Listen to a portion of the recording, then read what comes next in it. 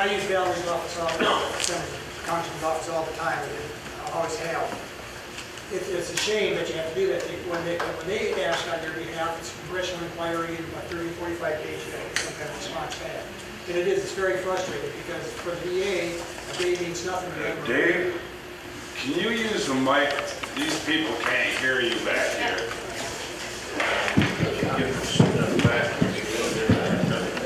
Everybody's adjusting the hearing aids back and forth. I think the average age here probably is closer to the 70 than it is to the 50. Also very many young vets here, so we all got that going on with us. The hearing problem. I say it's selective hearing too there. I get away with it most of the time because it's slapped on the side of the head and then never look anymore. But it is. It's really a shame that it takes that long to get it. But that's what you got to use these offices for. And we don't do them unless we have to go for them. And then they ask them. It doesn't hurt your claim at that point. They just give you that status back. And it's very frustrating. You call it 1-800 number, and it's right. You get push this button, push that button, push this button, and then you're off there in hyperspace. You don't know what the heck's going on. That's why it's kind of nice to have a service officer in your community that you can go to, and you don't have to leave. And that's kind of part of the problem. The reason we're here is to try. My goal is to advocate for is to have a center in every single county. And you have an office where you can go, and you can meet a representative, you can file your claim for you, he can give you that information and follow the way through. You don't have to go the way, go to Muskegon or North Muskegon and stuff. So that's kind of what we're doing. But it's just a numbers game. Unfortunately, we're an older population of veterans. The new kids coming back are overloading the system, and there's more of us that need it than don't. And so what we do as veterans, we get ticked off, and we say, screw it, I'm just going to forget about it. We're saying the world you can do, because now you're hurting yourself and your family, because these are benefits that you've earned. They got them coming to you. And I look at a lot of you guys out here are probably concerned about medical benefits.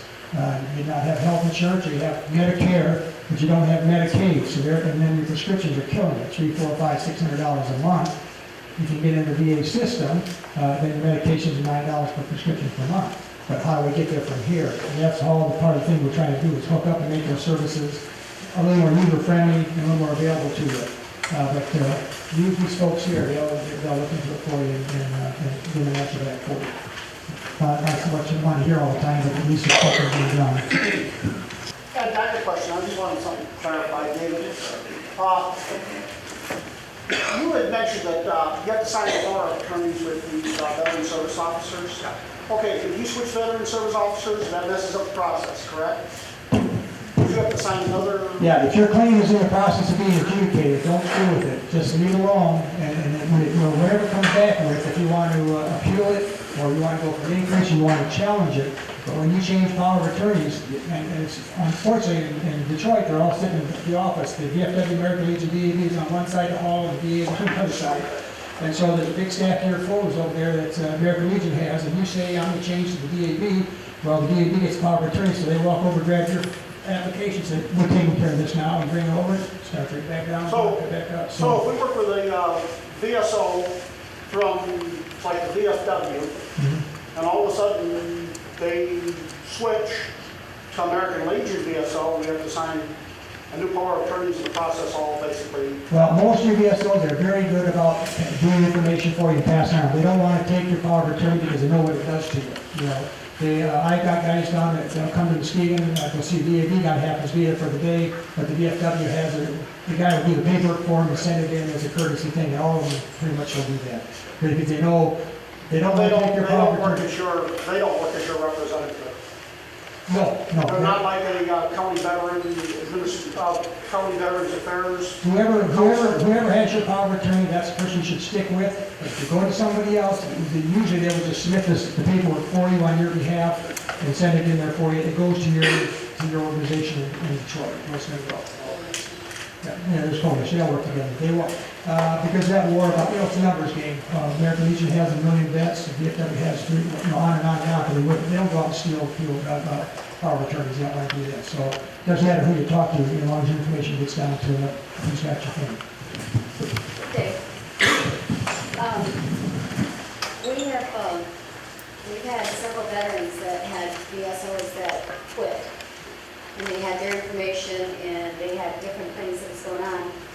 And they had gone to a different branch trying to get the help because they didn't have the setup that we we have now in Muskegon, where we can go in and do the, the VSOs there.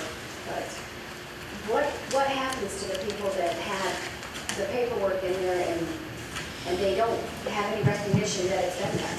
So all the organizations in the state of Michigan, commanders group, there's 16 of them, and we kind of combined them finally. They brought them all into the three big ones, DSETV, American Legion, some of the smaller groups underneath it.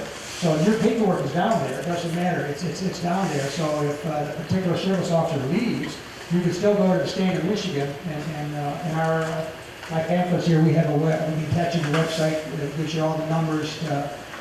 If you start with the DAV, you'll stay with the DAV. If that DAV person left, you can still deal with the state of Michigan DAV, because that's where your paperwork is.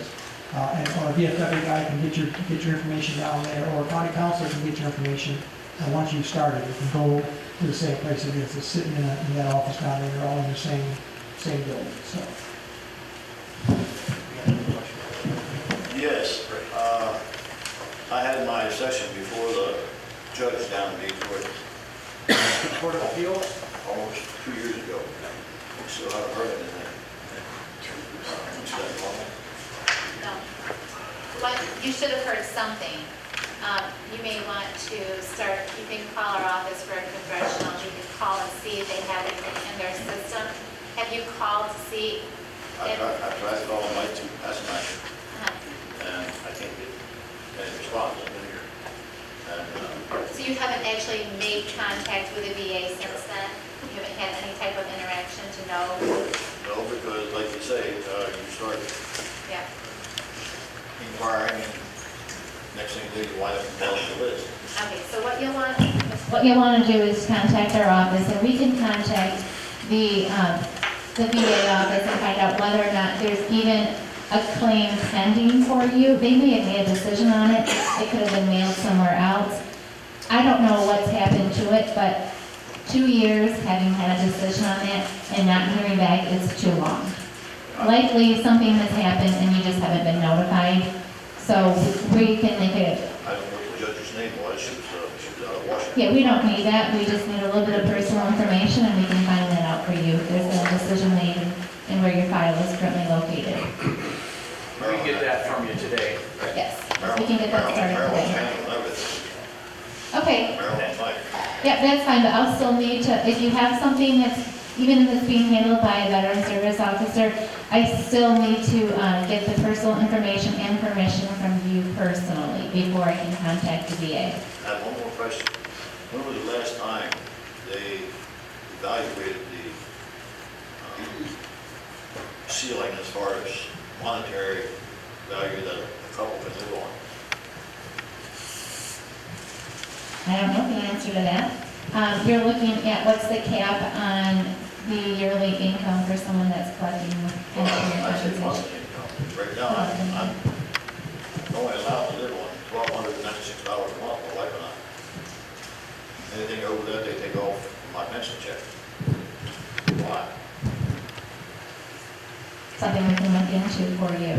There's a lot that goes into what your monthly expenses are also, so it can offset that. A lot of times there's medical expenses, costs it takes, it's for you to acquire your medications, whether it's in-home care or any additional things such as lancets or alcohol swabs.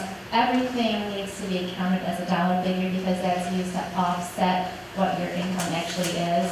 And that's something that we can also help you with, and definitely your veteran service officer should be happy to look at that with you as well.